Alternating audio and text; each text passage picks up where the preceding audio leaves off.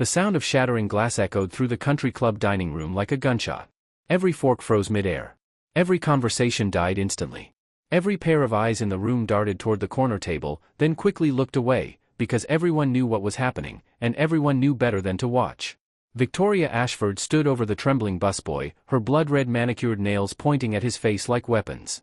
Shards of crystal from the water pitcher she had just hurled lay scattered at his feet, glittering against the marble floor like diamonds of destruction. Water spread across the pristine surface, soaking into the young man's cheap black shoes as he stood frozen, too terrified to move, too terrified to speak, too terrified to do anything except absorb her rage. "Do I look like someone who drinks tap water?" Victoria's voice cut through the silence like a blade. "Do I look like the kind of woman who puts city water near her lips? Are you stupid, or are you just lazy?" The busboy's hands shook. He couldn't have been older than 19. His name tag read Marcus, and Marcus had only been working at the Lexington Millionaires Club for 2 weeks. This was supposed to be a good job. This was supposed to help him pay for community college. This was supposed to be his ticket to a better life. Now Marcus was learning what everyone else in this room had learned years ago. There was no such thing as a good job when Victoria Ashford was a member. "I'm sorry, Mrs. Ashford," Marcus managed to whisper. "I'll get you bottled water right away." "I'm so sorry." "Sorry?" Victoria laughed, but there was no humor in it. The sound was cold and sharp, like ice cracking. "Sorry doesn't clean my Louboutins, does it? Sorry doesn't fix the fact that you've ruined my evening. Sorry doesn't change the fact that I'm sitting here, at MY table, in MY club, being served by someone who clearly has no idea how to do his job." She turned to the manager, Gerald, who had materialized at her side like a ghost summoned by her anger. Gerald's face was pale. His hands were clasped in front of him in a posture of perpetual apology. "Gerald, I want this boy fired. Tonight. I don't want to see his face again. I don't want him working anywhere in this city. Do you understand me?" Gerald nodded quickly, his head bobbing like a puppet on strings. "Of course, Mrs. Ashford. I'll handle it immediately. I'm so terribly sorry for the inconvenience." Marcus's eyes went wide. "Please," he started to say, "I need this job. My mother is sick and I'm trying to." "I don't care about your mother," Victoria snapped, not even looking at him. "I don't care about your life. I don't care about your little sob story.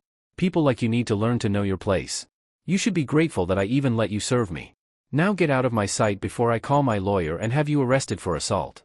"Assault?" Marcus's voice cracked. I just brought you water. You threw that pitcher at me. I felt threatened for my life. There are witnesses here.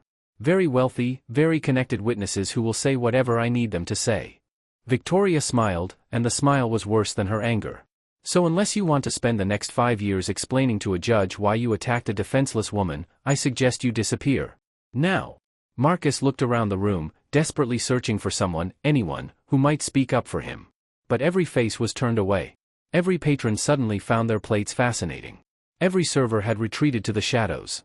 No one would meet his eyes. No one would help him. Because this was Victoria Ashford's world, and everyone else was just trying to survive in it.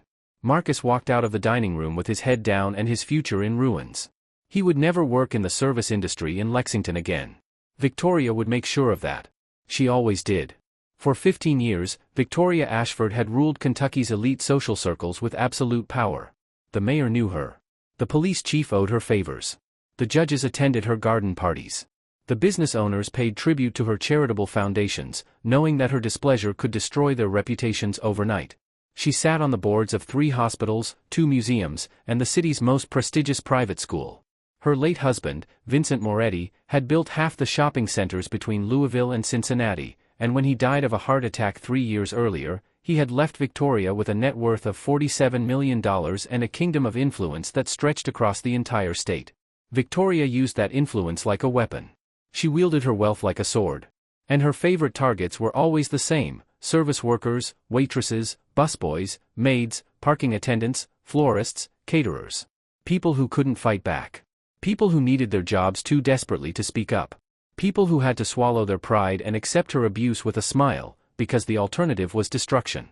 On this humid August evening in 2019, Victoria had no idea that her reign of terror was about to end. She had no idea that karma had finally found her address. She had no idea that a quiet black waitress named Simone Patterson was about to walk into that dining room carrying nothing but a serving tray and a secret that would bring the most feared woman in Kentucky to her knees. But before we get to Simone, you need to understand just how much of a monster Victoria Ashford had become. You need to understand the depths of her cruelty, the breadth of her evil, the countless lives she had destroyed simply because she could. Because when justice finally comes for someone like Victoria, the satisfaction is only as sweet as the suffering she caused. Simone Patterson woke up that morning in a small apartment on the east side of Lexington. The sun was barely up, but Simone was already moving, because Simone always had to be moving. As a single mother working 2 jobs, rest was a luxury she couldn't afford. She checked on her daughter first. Amara was 7 years old, with bright eyes and a smile that could light up the darkest room. She was still sleeping, her small chest rising and falling peacefully, her favorite stuffed elephant clutched against her chest. Simone stood in the doorway for a moment, watching her daughter dream, and felt that familiar mix of love and exhaustion that every working mother knows. Amara needed braces. The dentist had been clear about that. Without them, her teeth would crowd together as she grew, causing problems that would only get worse with time. The braces would cost $4,000, even with the payment plan. Simone had been saving for 8 months, picking up extra shifts, cutting corners wherever she could. She was almost there. Just a few more weeks of tips from the country club, and Amara would have the smile she deserved. Simone moved quietly to the kitchen and started the coffee maker. The apartment was small but clean, decorated with thrift store finds that Simone had transformed with paint and creativity. Photos of Amara covered the refrigerator, marking every milestone from her first steps to her first day of school. There was one other photo on the refrigerator, older and more faded, a picture of Simone's mother, Patricia, standing in her nurse's uniform outside the Detroit hospital where she had worked for 12 years. Patricia didn't work there anymore. Patricia didn't work anywhere anymore. Patricia couldn't work, because Patricia walked with a cane now, the result of injuries she had suffered 23 years ago when a hit-and-run driver had struck her in a crosswalk and left her bleeding in the street. Simone touched the photo gently, as she did every morning. "Soon, Mama," she whispered. "Soon." By 6:30, Simone had dropped Amara off at Mrs. Henderson's house for early morning childcare. Mrs. Henderson was a retired teacher who watched neighborhood kids for a reasonable rate, and she had become like a grandmother to Amara over the past 5 years. Simone trusted her completely, which was the only reason she could work the hours she worked. The morning shift at Danny's Diner started at 7. Simone tied on her apron, grabbed her notepad, and spent the next 6 hours serving breakfast to truckers, construction workers, and early-rising office employees. The tips were modest, but they were steady. The work was hard, but it was honest. And the other servers had become like family to Simone, looking out for each other in that way that people who work hard for little money always do. At 2 o'clock, Simone clocked out, went home to shower and change, and prepared for her second job, the evening shift at the Lexington Millionaires Club. The country club was everything the diner was not. The floors were marble instead of linoleum. The glasses were crystal instead of plastic. The customers wore designer clothes instead of work boots, and they paid more for a single bottle of wine than Simone made in a week. The tips were excellent, 3 times what she made at the diner, which was why Simone endured the other aspects of the job, the condescension, the entitlement, the way some members looked through her like she was invisible, or worse, looked at her like she was something unpleasant they had stepped in. Simone had been warned about Victoria Ashford on her very first day. "That woman," Denise had said, pulling Simone aside in the staff locker room. Denise was a 53-year-old black woman who had worked at the club for 12 years, and she had the tired eyes of someone who had seen too much and said too little. "That woman is the devil in designer clothes. Keep your head down when she's around. Don't make eye contact. Don't speak unless she speaks to you first. And whatever you do, child, do not mess up her order." "What happens if I mess up her order?" Simone had asked. Denise had just shaken her head. "You don't want to know. Just don't do it." Other servers had similar warnings. Victoria Ashford was discussed in hushed tones, like a natural disaster that could strike at any moment. Everyone had a story. Everyone knew someone whose life had been destroyed by Victoria's displeasure. The tales had taken on an almost mythological quality, passed down from veteran servers to newcomers like oral history. There was the story of the parking attendant, a young black man named Jerome who had worked at the club for 3 years. He had been good at his job, friendly and efficient, popular with the members who actually bothered to learn his name. One evening, Jerome had been standing near the valet station when Victoria arrived in her Mercedes. He had watched the car pull up, as was his job, waiting to take the keys and park it. According to Victoria, he had been staring at her vehicle suspiciously. "That boy looked at my car like he was planning to steal it," Victoria had told the manager. "Fire him immediately, or I'll make sure this entire parking company loses every contract in the county." Jerome was fired that same day. He had a family of 4 depending on his income. Victoria never gave him another thought. There was the story of the florist, a middle-aged white woman named Martha who had been running her flower shop for 25 years. She had been hired to provide arrangements for Victoria's annual garden party, the social event of the Lexington season. Martha had worked for weeks, creating elaborate displays of roses in the exact shade Victoria had specified, dusty rose, as shown in the color samples Victoria had personally approved. When Victoria saw the roses at the party, she had held one up to the light and declared them salmon, not dusty rose. She had accused Martha of being either colorblind or incompetent. She had threatened to sue. She had made phone calls to every event planner in the county, every wealthy hostess, every charity organization, ensuring that Martha's name was mud. Martha's business never recovered. She closed her shop the following year. Her daughter, now grown, still remembered watching her mother cry in the back room, surrounded by flowers that no one would ever buy. There was the story of the hotel maid, a young Dominican woman named Rosa who had been working at the Lexington Grand for 6 months. Victoria had stayed at the hotel during renovations at her mansion, and Rosa had been assigned to her suite. One afternoon, Rosa had fluffed Victoria's pillows, as she did for every guest. Victoria had felt the pillows and found them insufficiently fluffy. 20 minutes, Victoria had said, standing over Rosa with her arms crossed. You're going to stand right there for 20 minutes and think about what you did wrong. And if you move, if you so much as breathe too loudly, I'll have you deported. Rosa had stood there for the full 20 minutes, tears streaming down her face, too terrified to move, too terrified to report the incident to her supervisors, too terrified to do anything except endure. She quit the following week. Victoria never knew her name. These were the stories that had become legend at the Lexington Millionaires Club. These were the tales that served as warnings to every new employee. This was the woman who had just destroyed a 19-year-old busboy's career over a glass of tap water. And this was the woman that Simone Patterson was about to serve. Simone had been at the club for 3 weeks now, carefully avoiding Victoria's section, carefully watching from a distance, carefully planning. She knew things about Victoria that no one else knew. She had memories that had haunted her for 23 years. And she had been waiting, with a patience that had been forged in childhood trauma, for the right moment to face the woman who had changed her life forever. Tonight, that moment had finally arrived. Simone stood in the kitchen, watching through the small window in the swinging door as Victoria finished berating the busboy. She watched Marcus walk out with his head down and his future destroyed. She watched Gerald grovel and apologize and promise to do better. She watched the other servers scatter like frightened birds. And she felt something settle inside her. A calmness. A clarity. A certainty that after all these years, after all the waiting, after all the praying and hoping and wondering if this day would ever come, she was finally ready. Patterson, the head chef, called out. Table 7. The Dover Sole. Simone turned to look at him. Table 7? Mrs. Ashford's table. Denise was supposed to take it, but she's dealing with Marcus. You're up? Simone nodded slowly. I'll take care of it. She picked up the plate with steady hands.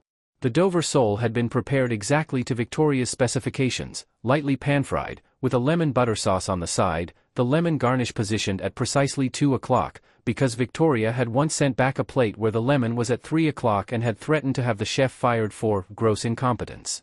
Simone checked her reflection in the steel surface of the warming station. Her uniform was pressed. Her hair was pulled back neatly. Her expression was calm, composed, professional. No one looking at her would have any idea what was happening inside her heart, what memories were flooding through her mind, what secret she had carried for more than 2 decades. She pushed through the swinging door and stepped into the dining room. Victoria Ashford sat alone at her usual corner table, draped in a white Chanel suit that probably cost more than Simone's annual rent. She was scrolling through her phone with those blood-red manicured nails, not looking up, not acknowledging the existence of anyone around her. The water from the shattered pitcher had been cleaned up. A new pitcher, filled with expensive French mineral water, sat on the table. Everything was exactly as Victoria demanded it to be. Simone crossed the dining room with measured steps. Her heart was racing, but her hands were steady. She had practiced this moment in her mind thousands of times. She had imagined it while washing dishes at the diner. She had dreamed about it while lying awake at night.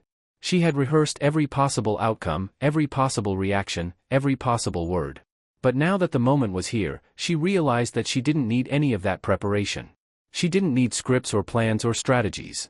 She just needed to stand there, to be present, to let the truth do its work. She reached Victoria's table and carefully placed the plate in front of her. The lemon garnish was at precisely 2 o'clock. The butter sauce was on the side. Everything was perfect. Simone didn't leave. She stood there, waiting, silent.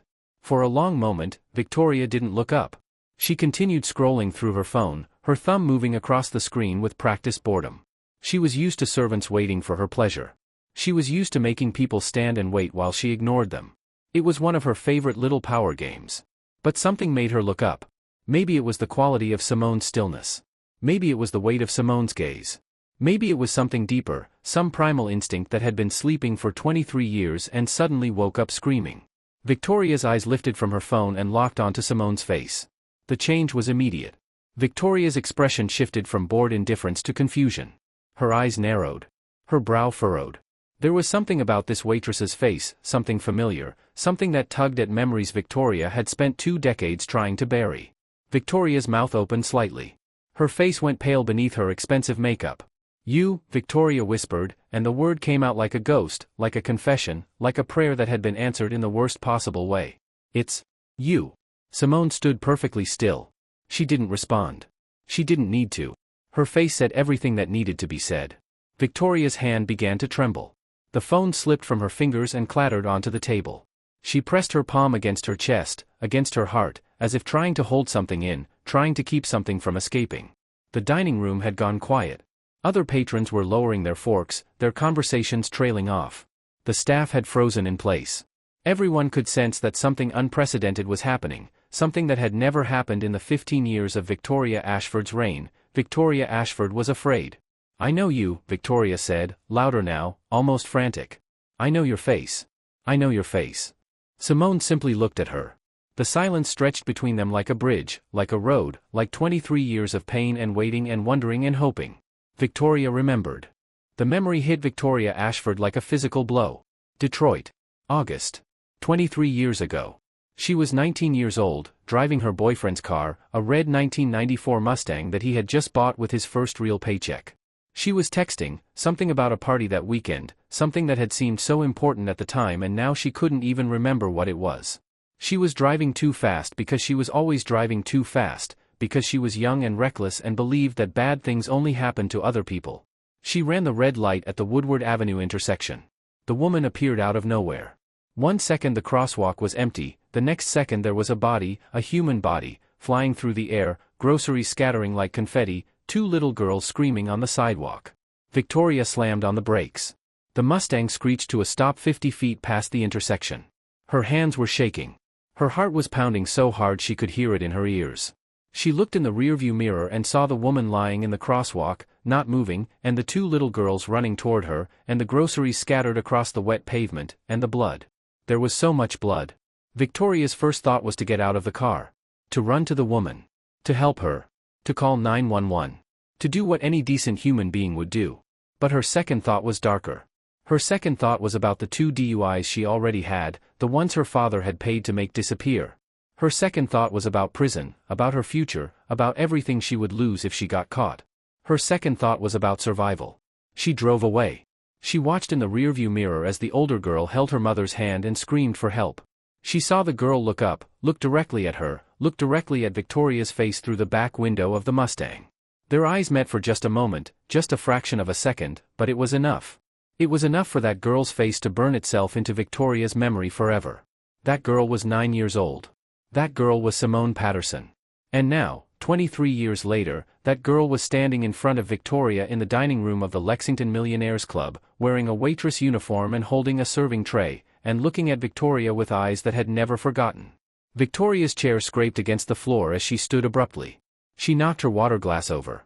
The expensive French mineral water spread across the white tablecloth like an accusation, like evidence, like the truth she had spent her entire adult life running from. "You can't prove anything," Victoria stammered. Her voice cracked. Her hands wouldn't stop shaking.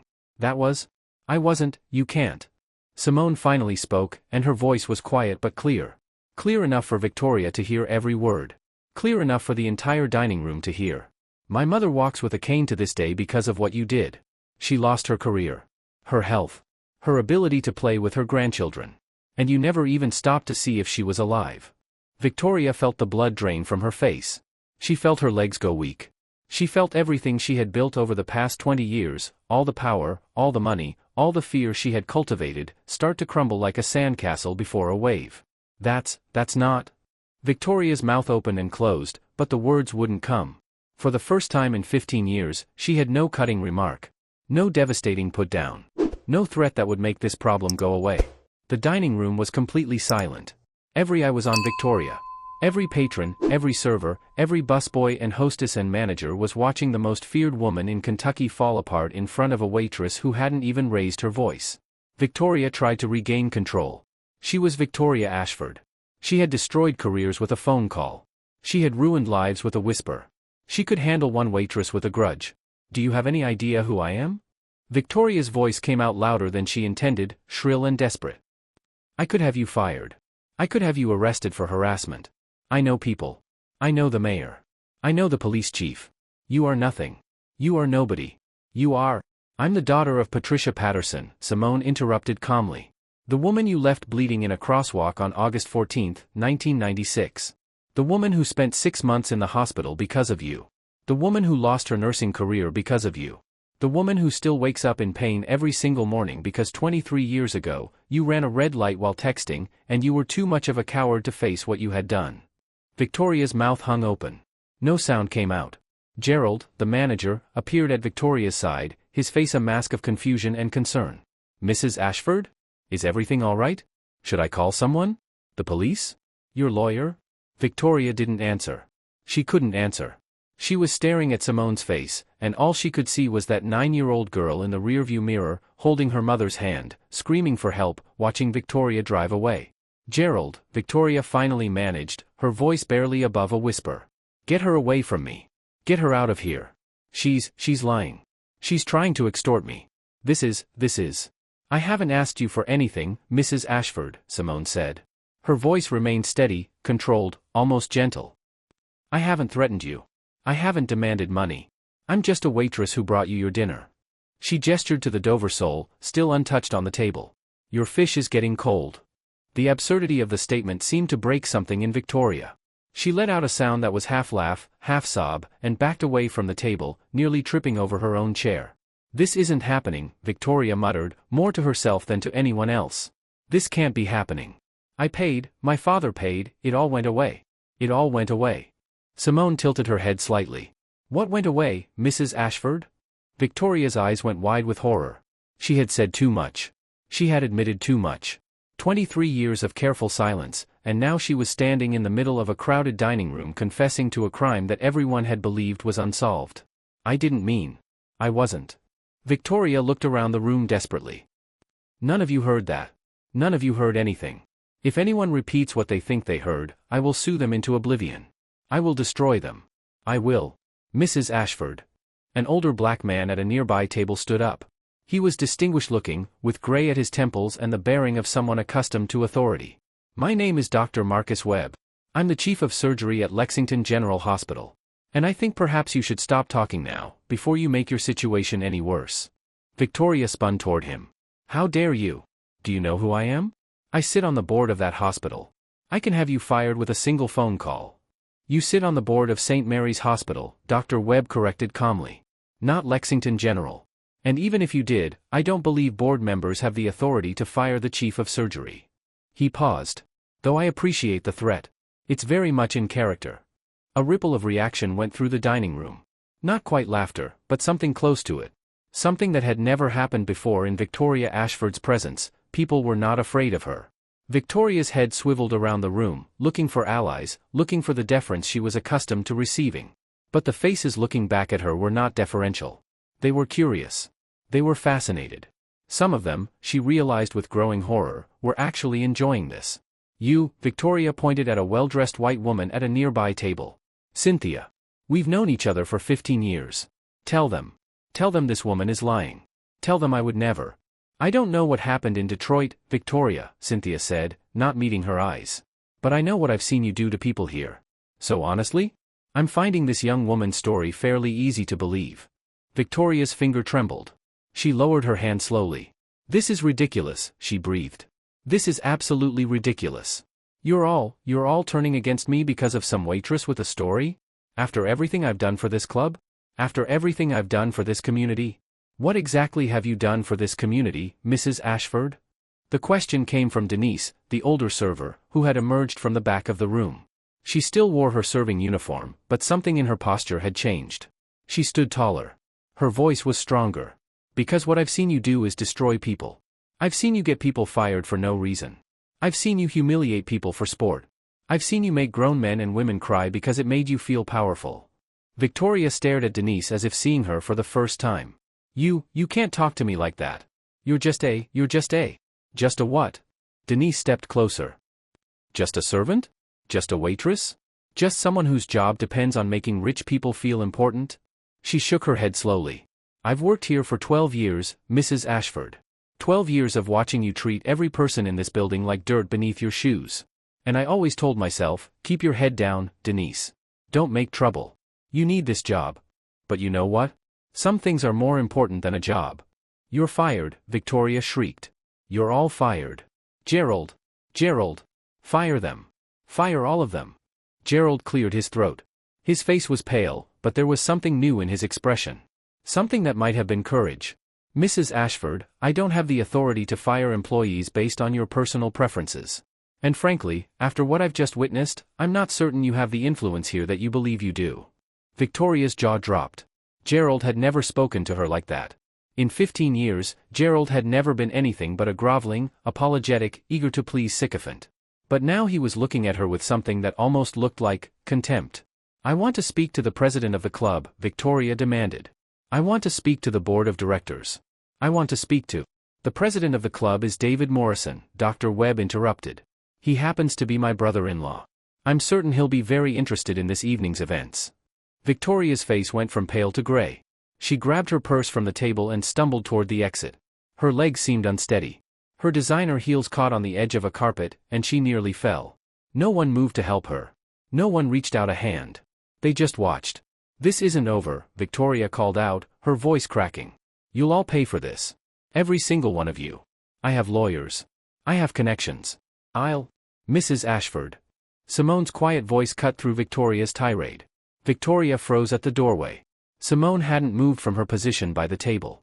She still stood with her hands clasped in front of her, calm and composed, like none of this had touched her at all.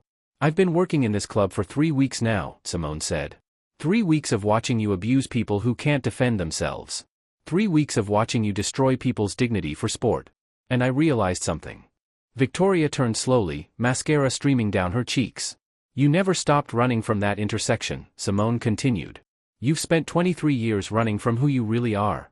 Every person you've hurt, every career you've destroyed, every maid you've made cry for 20 minutes over a pillow, it was all because you couldn't face what you did to my mother. You couldn't face the 19-year-old girl who left a woman dying in the street. So you became someone else. Someone powerful. Someone feared. Someone who would never have to feel helpless again. Victoria's lower lip trembled. Her carefully constructed mask of power and control had completely shattered.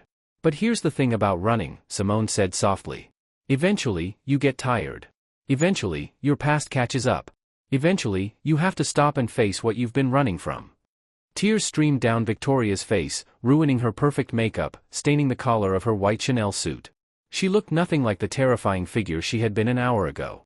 She looked small. She looked broken. She looked like a frightened 19-year-old girl who had made a terrible mistake and had never found the courage to face it. I'm sorry, Victoria whispered. I'm so sorry. Simone shook her head slowly. You don't get to be sorry yet, Mrs. Ashford. Being sorry requires actually facing what you've done. And you haven't done that. Not really. Not until now. Victoria opened her mouth to respond, but no words came out.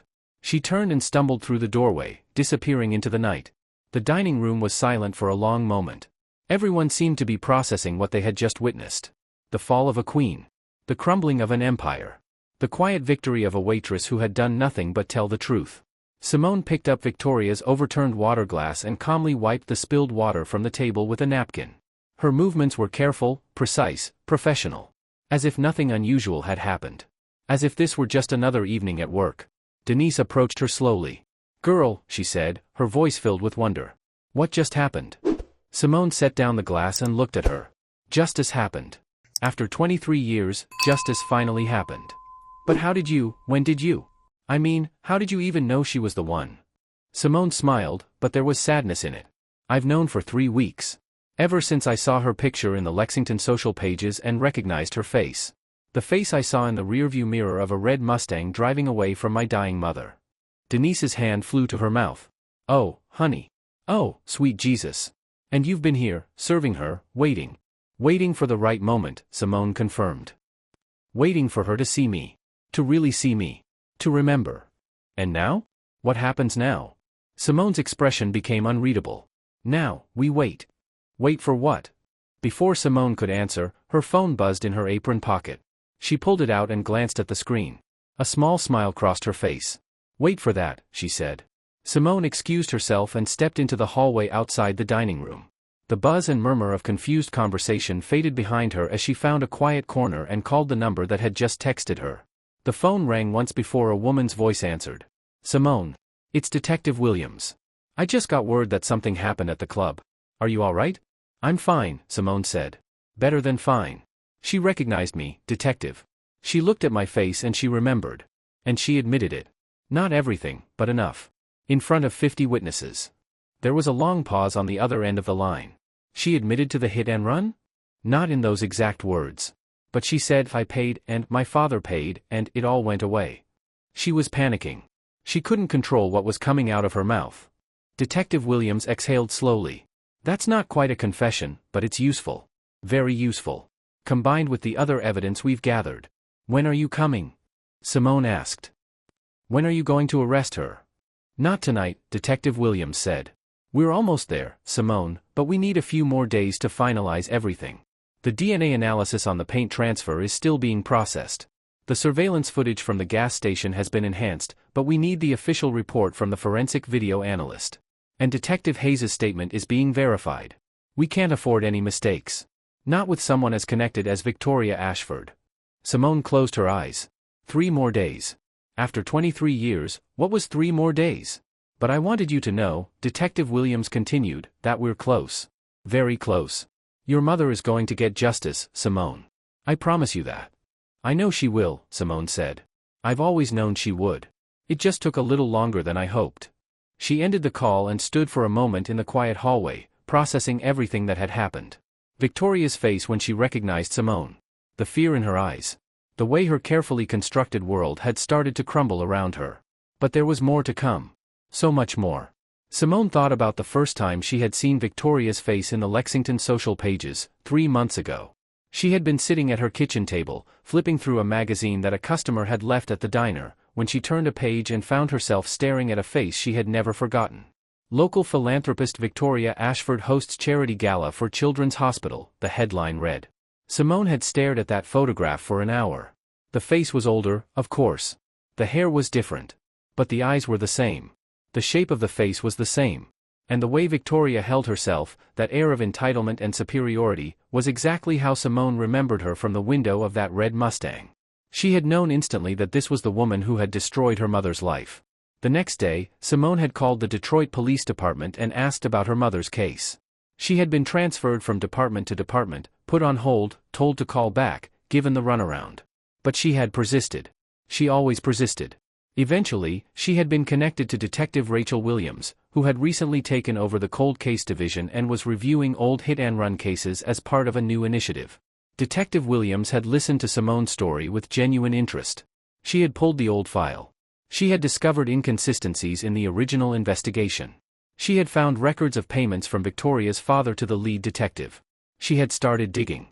3 months later, Detective Williams had called Simone with news that had made her cry tears of joy for the first time in years. We're reopening the case, Detective Williams had said. We have new evidence. DNA technology that didn't exist in 1996. Surveillance footage that was never properly examined. And most importantly, we have Detective Leonard Hayes, who worked your mother's case originally and has been carrying the guilt of what he did ever since. He came forward 6 months ago, Simone. He told us everything. The payments from Victoria's father. The evidence that was buried. The witnesses who were intimidated into silence. All of it. Simone had sat in her kitchen, tears streaming down her face, listening to Detective Williams explain how justice was finally going to catch up with the woman who had stolen her mother's future. There's something you should know, Detective Williams had added.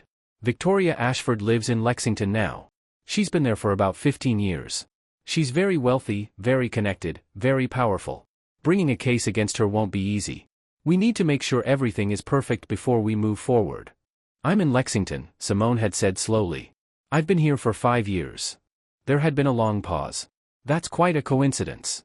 I didn't know she was here. I moved for other reasons. My ex-husband, the divorce, I needed a fresh start.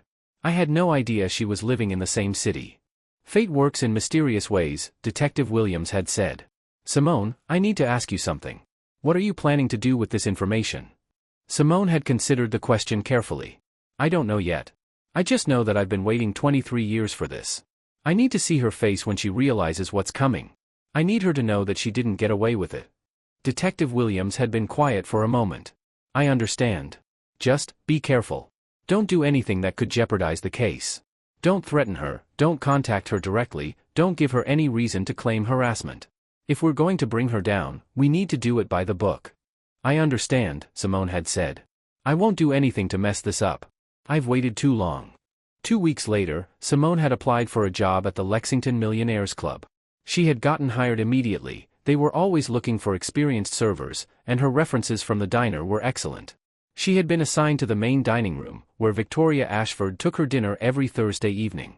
For 3 weeks, Simone had watched Victoria from a distance. She had observed Victoria's cruelty, Victoria's entitlement, Victoria's casual destruction of everyone around her. She had listened to the stories from other staff members. She had understood that the woman who had left her mother bleeding in the street had not changed, had not grown, had not felt remorse. Victoria had simply become more powerful, more dangerous, more capable of hurting others without consequence. And tonight, Simone had finally faced her. Not with anger. Not with threats. Not with accusations or demands or violence. Just with her presence. Just with her face. Just with the truth that Victoria had been running from for more than 2 decades. Simone walked back toward the dining room, pausing at the door to compose herself. Through the small window, she could see the chaos of the aftermath. Patrons talking excitedly among themselves, servers gathering in small groups, Gerald making phone calls with an increasingly panicked expression. The news of what had happened would spread quickly. By tomorrow, everyone in Lexington would know that Victoria Ashford had been publicly confronted about a 23-year-old hit-and-run. The story was just beginning. Simone pushed through the door and returned to the dining room. Denise immediately approached her. Are you okay, honey? Do you need to sit down? Do you need some water? Simone shook her head. I'm fine. Really. I'm actually better than I've been in years. Denise studied her face. You're something else, you know that? Standing there, calm as can be, while that woman lost her mind. I've never seen anything like it. Nobody has ever stood up to Victoria Ashford like that. Nobody. I didn't really stand up to her, Simone said. I just let her see me. Sometimes that's all it takes.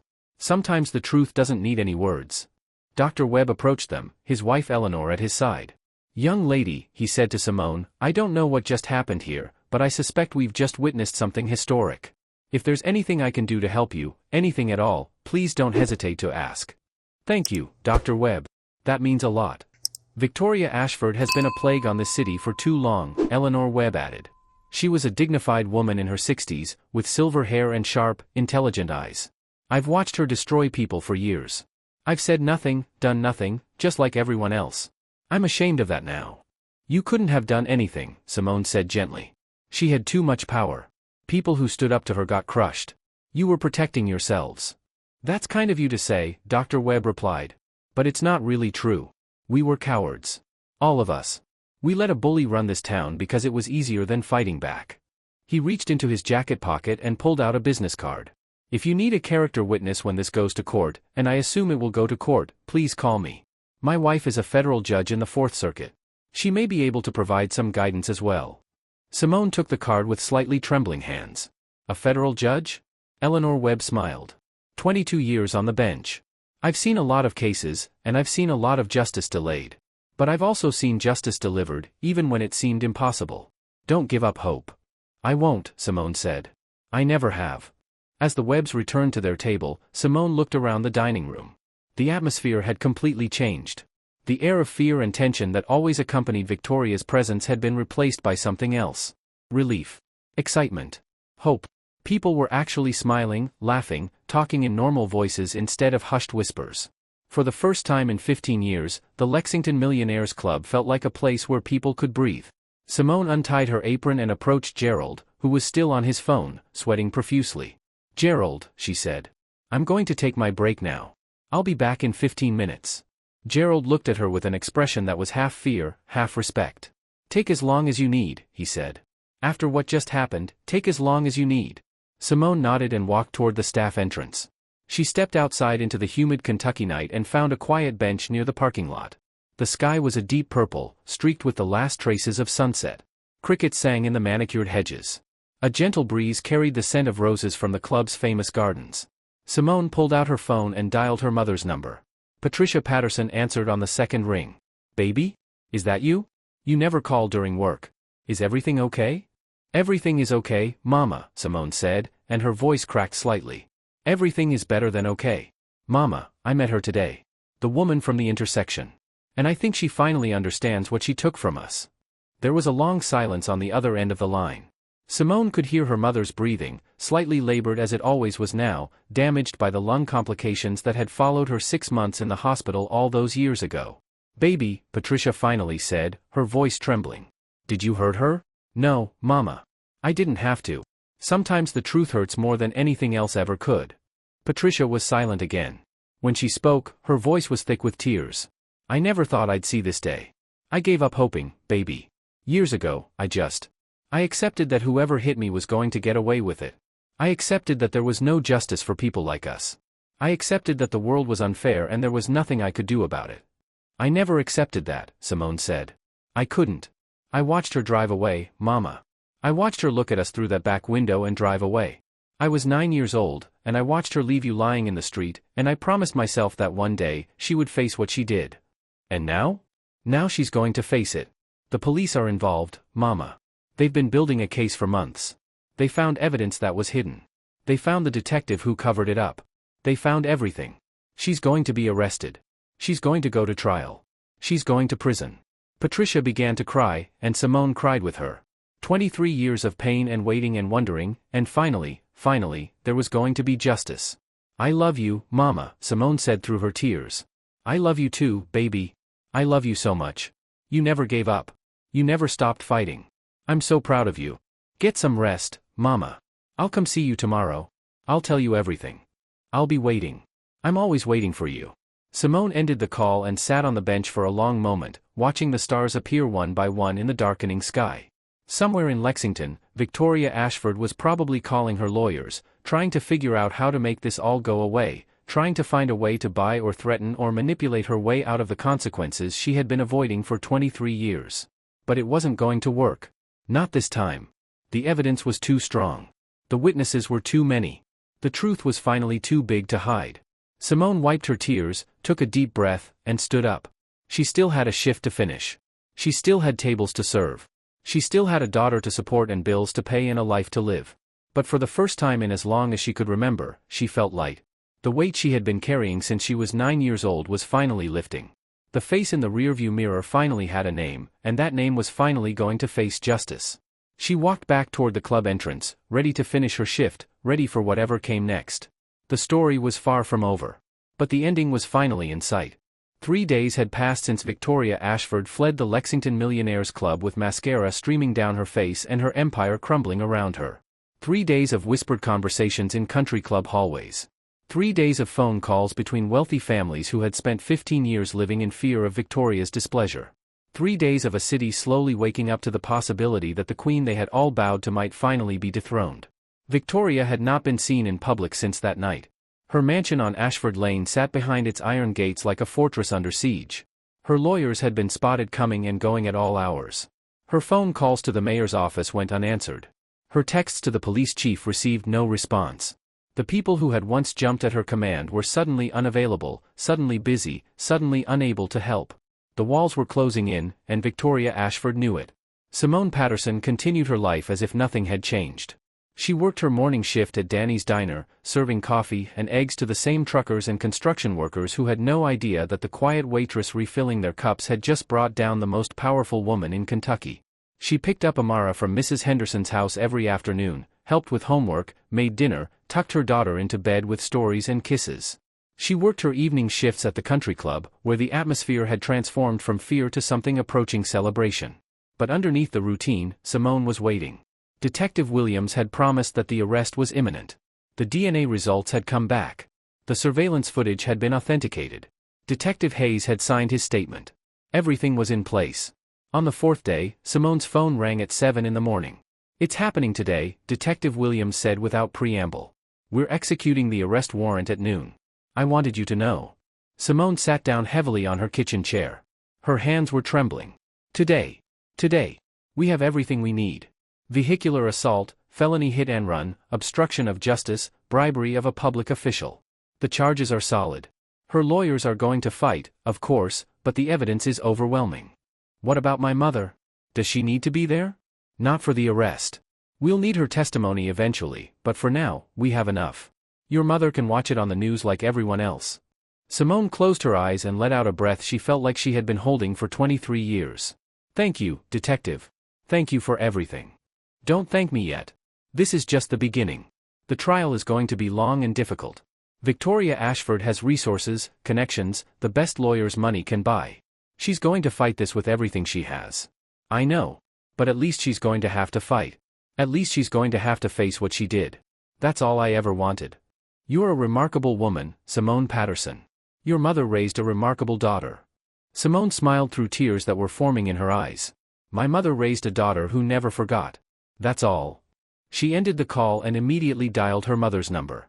Patricia answered on the first ring, as if she had been waiting by the phone. "Mama," Simone said, her voice breaking. "They're arresting her today. At noon. It's really happening." Patricia was silent for a long moment. When she spoke, her voice was thick with emotion. "After all this time. After everything. It's really happening. It's really happening, Mama. Justice is finally coming." "I want to see it," Patricia said suddenly. "I want to see her face when they put the handcuffs on.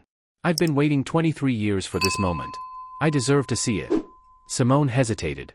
"Mama, the doctors said you shouldn't." "I don't care what the doctors said. I'm 71 years old, baby. I've spent the last 23 years of my life walking with a cane because of what that woman did to me. I couldn't play with my grandchildren. I couldn't dance at my daughter's wedding. I couldn't do 1,000 things that I should have been able to do because she hit me with her car and drove away. I deserve to see her face when she finally has to answer for it." Simone knew better than to argue with her mother when she used that tone. Patricia Patterson was the strongest woman Simone had ever known. She had survived the accident. She had survived 6 months in the hospital. She had survived the years of pain and physical therapy and watching her nursing career slip away. She had survived the financial struggles and the unanswered prayers for justice. If she wanted to see Victoria Ashford arrested, Simone was going to make it happen. "I'll pick you up at 11, Simone said. "We'll watch it together." At 11:45, Simone pulled her car up to the gates of the Ashford mansion. A crowd had already gathered on the street outside. News vans from every major network lined the curb, their satellite dishes pointed at the sky. Reporters clutched microphones and checked their hair in compact mirrors. Cameramen adjusted their equipment and tested their shots. Word had leaked somehow, as word always does in a small city like Lexington, and the vultures had descended. Patricia sat in the passenger seat, her hands folded in her lap, her cane leaning against the door. She watched the gates of the mansion with an expression that Simone couldn't quite read. There was anger there, certainly. And pain. But there was something else too. Something that looked almost like peace. "That's her house," Patricia said quietly. "All these years, she's been living in a mansion while I could barely afford my medical bills. She's been throwing parties and buying designer clothes and destroying people's lives while I learned to walk again with a cane." "I know, Mama. I don't want revenge," Patricia continued. "I want you to understand that. I'm not happy that her life is about to be destroyed. I'm not celebrating. I just want her to understand. I want her to know what she took from me. Not just my career or my health, but my peace, my sense of safety, my belief that the world was fair. She took all of that away when she drove off and left me bleeding in the street." Simone reached over and took her mother's hand. "She's going to understand now, Mama. She's going to understand everything." At exactly noon, 3 unmarked police cars turned onto Ashford Lane. They moved slowly, deliberately, as if the officers inside understood the historic nature of what they were about to do. The crowd parted to let them through.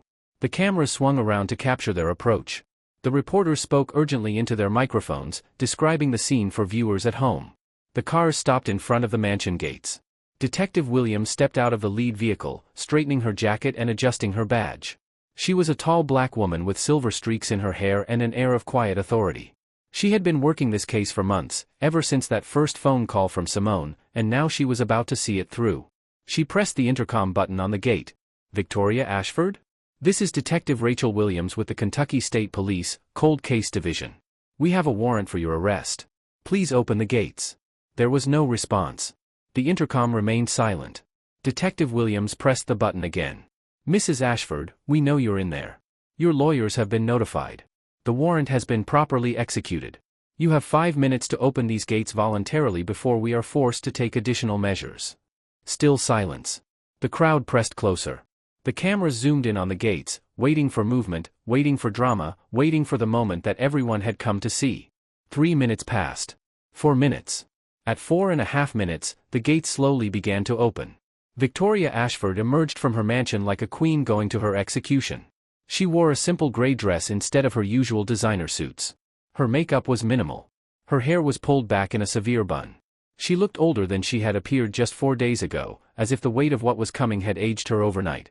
2 lawyers flanked her, both in expensive suits, both carrying leather briefcases, both wearing expressions of professional concern. They spoke quietly to Victoria as she walked down the long driveway toward the waiting officers. Detective Williams stepped forward to meet her.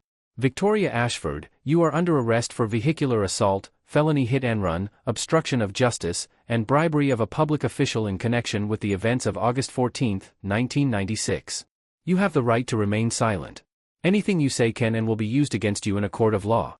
You have the right to an attorney. If you cannot afford an attorney, one will be provided for you. Do you understand these rights as I have explained them to you?" Victoria's face was a mask. She showed no emotion as Detective Williams recited the Miranda warning. She showed no fear as the handcuffs were placed on her wrists. She showed nothing at all. But her eyes told a different story. Her eyes were darting around the crowd, searching for something, searching for someone. When they found Simone's car, when they locked onto Simone's face through the windshield, something flickered in their depths. Recognition. Understanding. Perhaps even acceptance. Simone looked back at her steadily. She didn't smile. She didn't gloat.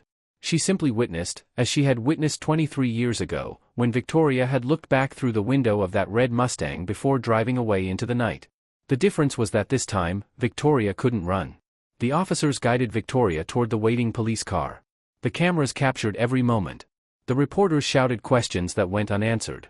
The crowd watched in silence, understanding that they were witnessing something historic, the fall of the most powerful woman in Kentucky. Just before Victoria was placed in the back of the police car, she stopped. She turned her head and looked directly at Patricia Patterson, sitting in the passenger seat of Simone's car with her cane leaning against the door.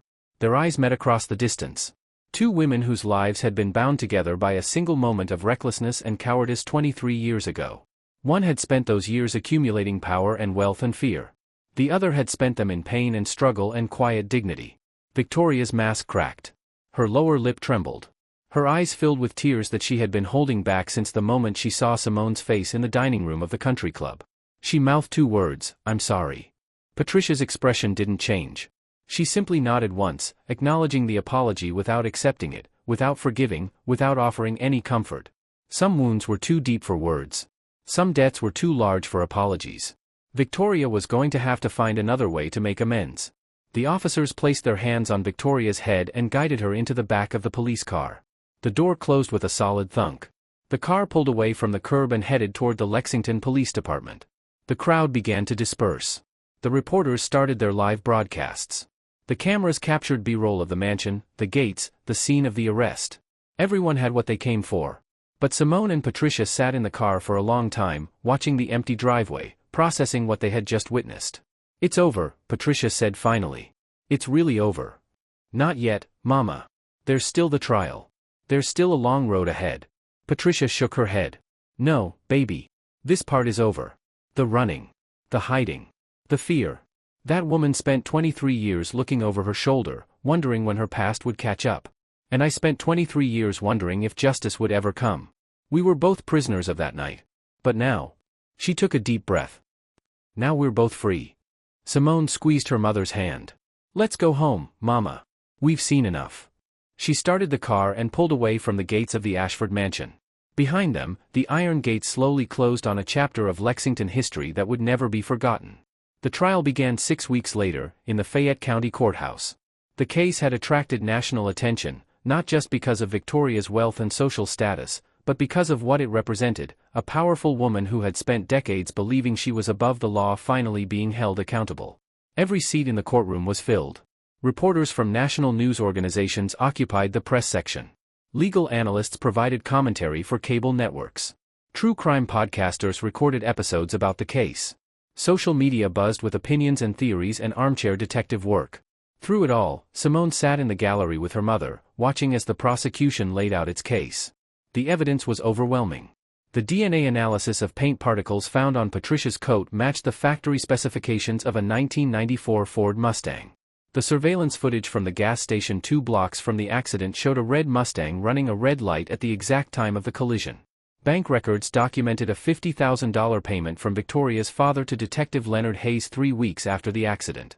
And Detective Hayes himself, now 72 years old and dying of cancer, had provided a detailed statement about how the investigation had been buried. Victoria's lawyers fought every piece of evidence. They challenged the chain of custody on the DNA samples. They questioned the authenticity of the surveillance footage. They attacked Detective Hayes's credibility. They argued that their client was being persecuted for being wealthy and successful. But the evidence was too strong. The witnesses were too credible. The truth was too obvious. On the third day of the trial, the prosecution called Patricia Patterson to the stand. Simone watched as her mother rose from her seat, gripped her cane, and slowly made her way to the witness box.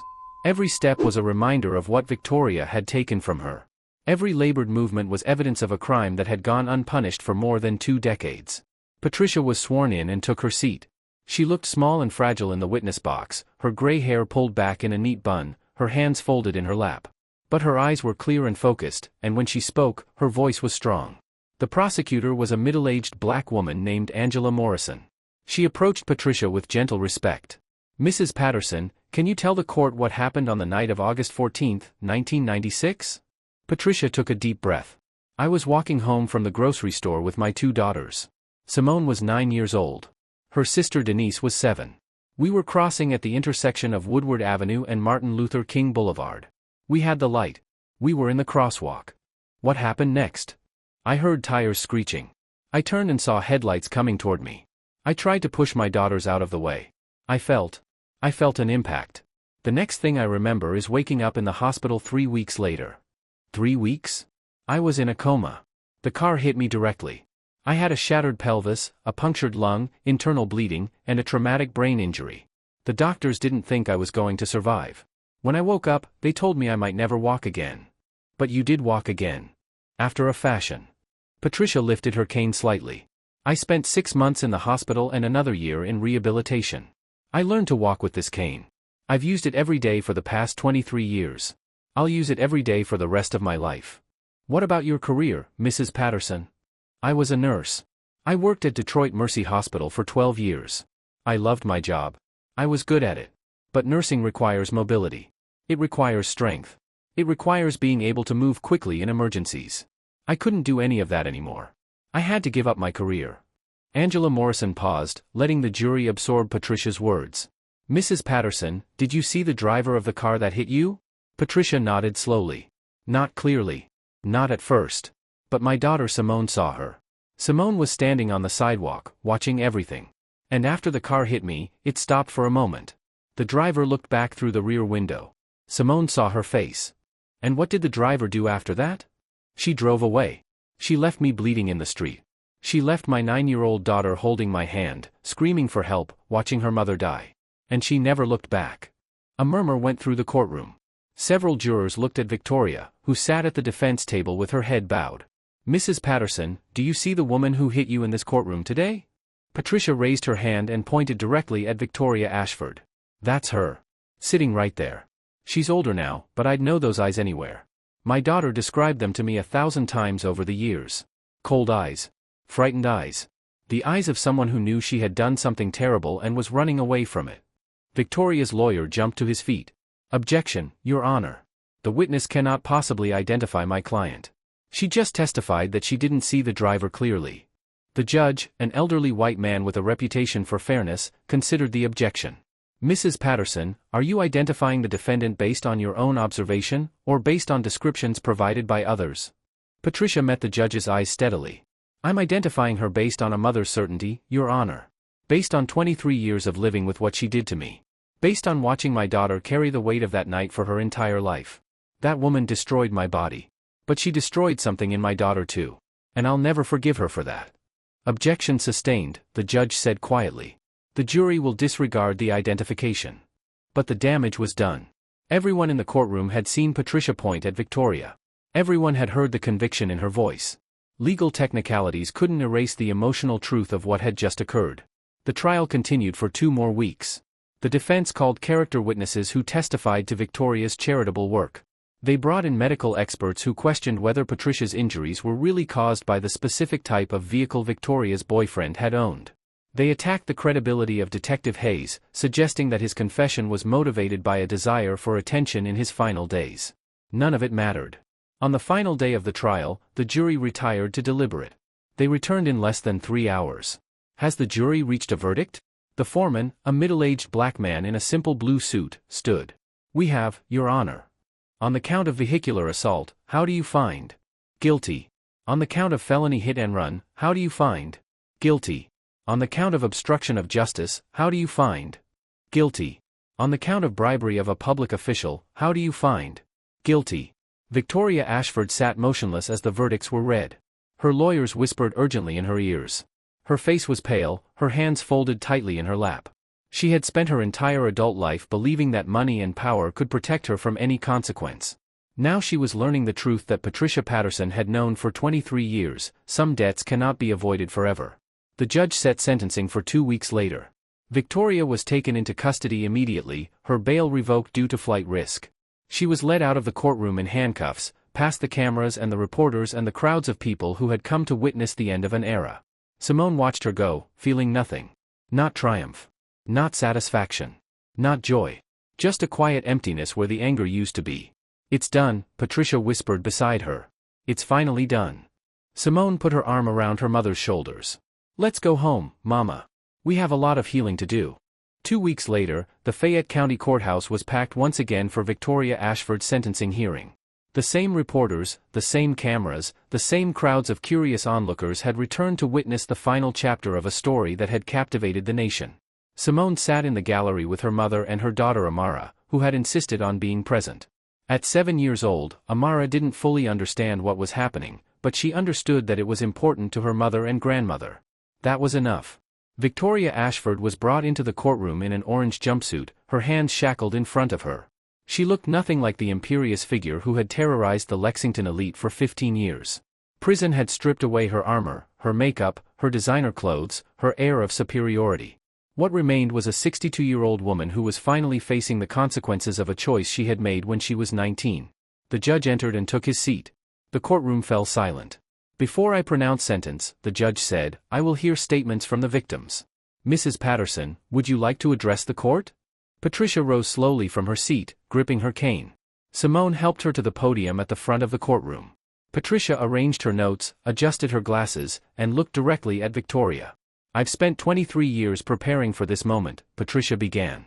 23 years of imagining what I would say to the woman who left me dying in the street. I thought I would be angry. I thought I would scream and cry and demand revenge.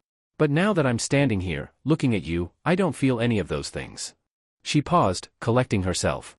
What I feel is sadness. Sadness for the life I could have had. Sadness for the career I lost.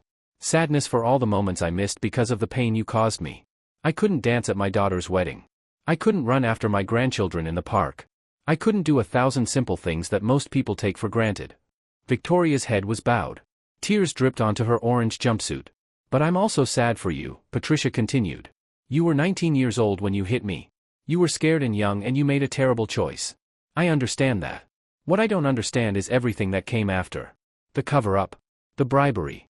The decades of pretending it never happened. The way you treated other people, as if hurting them could somehow make up for what you did to me. Patricia shook her head slowly. You could have come forward. At any point in the last 23 years, you could have faced what you did. You could have apologized. You could have paid for my medical bills. You could have shown some shred of humanity. But instead, you built a fortress of wealth and power and used it to destroy anyone who made you feel vulnerable. That's what I can't forgive. Not the accident. But everything that came after. She turned away from Victoria and faced the judge. Your Honor, I'm not here to ask for vengeance. I'm here to ask for justice. Real justice. The kind that says no one is above the law, no matter how rich or powerful they are. The kind that tells other victims like me that the system will eventually work, even if it takes 23 years. I'll accept whatever sentence you decide is appropriate. But I wanted Victoria Ashford to hear my voice. To know my name. To understand that I'm not just a case number or a newspaper headline. I'm a human being. And what she did to me mattered. Patricia returned to her seat with Simone's help. The courtroom was silent except for the sound of Victoria's quiet sobbing. The judge turned to Victoria. Mrs. Ashford, do you wish to make a statement before sentencing? Victoria's lawyer helped her to her feet. She stood at the podium, her hands trembling, her voice barely above a whisper. I'm sorry, she said. I know that's not enough. I know words can't undo what I did. But I need to say it anyway. I'm sorry. She looked at Patricia, meeting her eyes for the first time since the confrontation at the country club. I was 19 years old. I was scared. I had already been in trouble for drunk driving, and I knew that if I got caught again, I would go to prison. So I ran. I told myself that maybe you weren't badly hurt. I told myself that someone would find you and you'd be okay. I told myself whatever lies I needed to tell to sleep at night. She wiped her eyes with her shackled hands. But I never forgot your face. I never forgot your daughter's face, watching me drive away. Every night for 23 years, I've dreamed about that intersection. Every day, I've wondered what happened to you. And I've hated myself for not having the courage to find out. Victoria's voice broke. I became someone terrible. I know that. I hurt so many people. I told myself that if I was powerful enough, rich enough, feared enough, I would never have to feel helpless again. I would never have to feel like that terrified 19-year-old girl who left a woman dying in the street. But all I did was spread the pain around. All I did was make other people feel as scared and helpless as I felt that night. She turned back to the judge. I deserve whatever punishment you give me. I deserve worse. I just wanted Mrs. Patterson to know that I never forgot her. And I'm sorry. I'm so sorry. She was led back to her seat, still weeping. The judge was silent for a long moment, reviewing his notes, considering his words. Mrs. Ashford, he finally said, in my 30 years on the bench, I have seen many defendants. I have seen genuine remorse and I have seen crocodile tears. I have seen people transformed by their mistakes and I have seen people hardened by them. Looking at you today, I believe your remorse is genuine. But I also believe it comes 23 years too late. He folded his hands. You had every opportunity to do the right thing. You had the resources to make amends. You had the power to right a terrible wrong. Instead, you chose to bury the truth. You chose to bribe a police officer. You chose to let a woman suffer for decades without any acknowledgement or compensation. And you chose to become a person who inflicted suffering on countless others, as if spreading pain could somehow dilute your own guilt. He shook his head. For the crime of vehicular assault, I sentence you to 5 years in state prison. For the crime of felony hit and run, I sentence you to 3 years in state prison.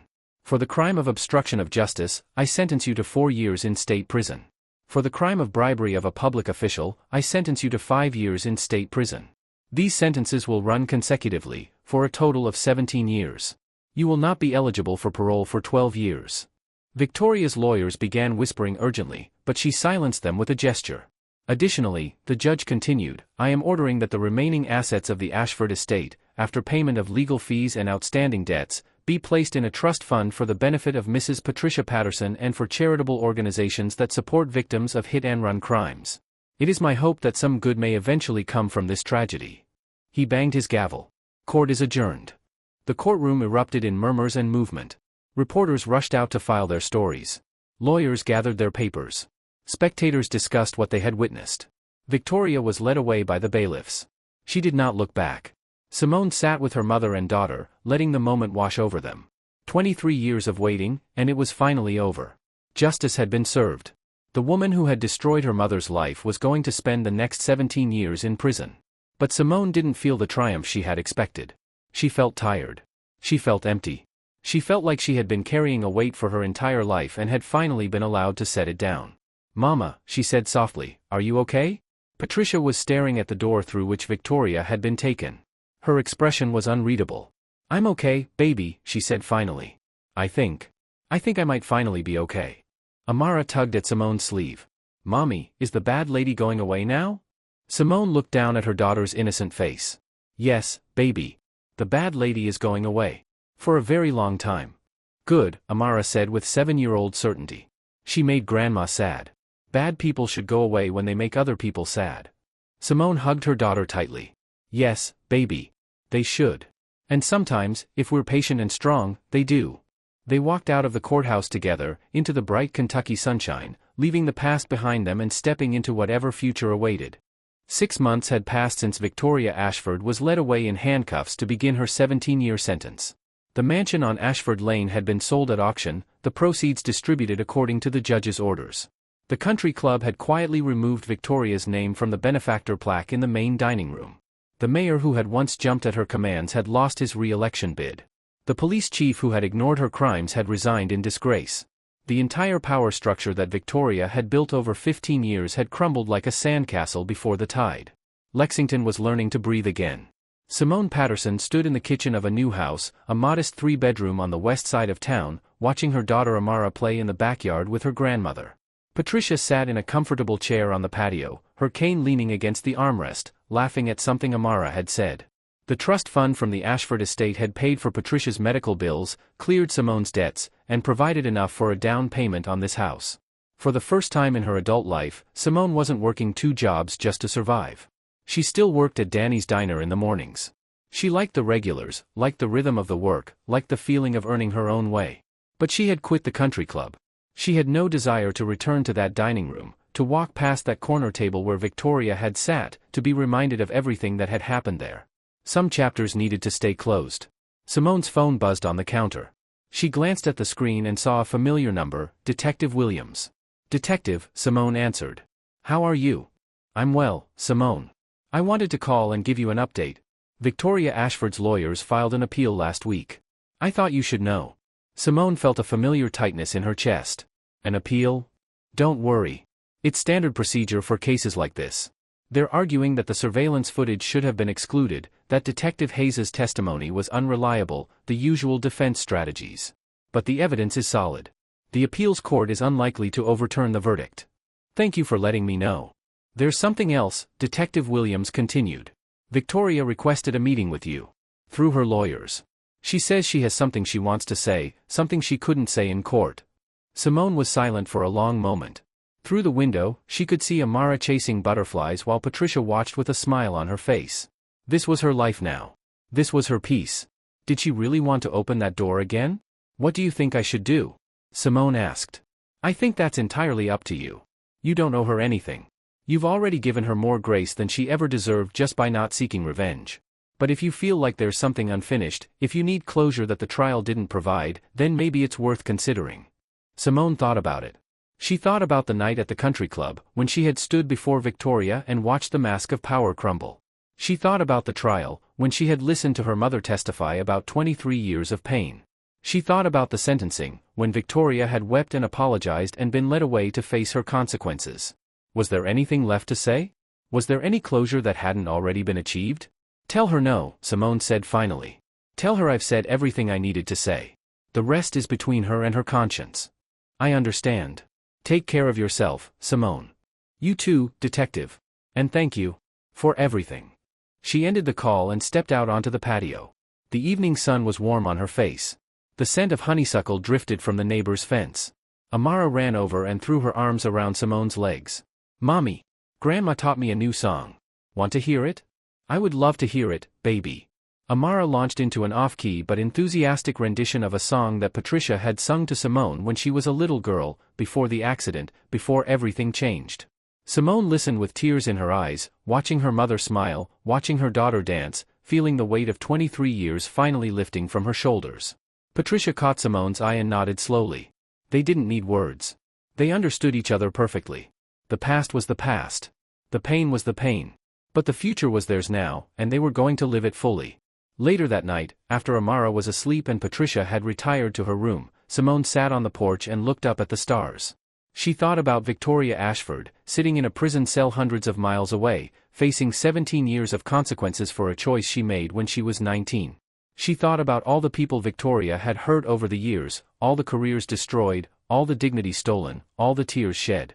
And she thought about karma. Not the vengeful kind. Not the satisfying kind that people talked about on the internet when bad things happened to bad people. But the quiet kind. The kind that simply said, actions have consequences. Choices matter. The universe keeps track, even when it seems like no one is watching. Victoria Ashford had spent $47 million and 15 years trying to outrun a crime that took place on a rainy night in Detroit. She had built an empire of fear and intimidation, believing that power could protect her from the truth. But in the end, all it took to bring her down was one woman who refused to forget, and a truth that had been waiting 23 years to be spoken. Simone didn't hate Victoria anymore. She wasn't sure she ever really had. What she had felt was something more complicated, a need for acknowledgement, for validation, for someone to finally say that what happened to her mother mattered. And she had gotten that.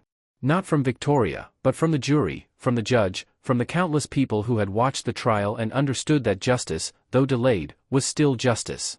She thought about what her mother had said on the day of Victoria's arrest. We were both prisoners of that night. But now we're both free. It was true. Simone had spent her entire life defined by a moment of trauma that she had witnessed when she was 9 years old. Every choice she made, every path she followed, had been shaped by that night on Woodward Avenue. But now, finally, she could let it go. She could be something other than the girl who watched her mother get hit by a car.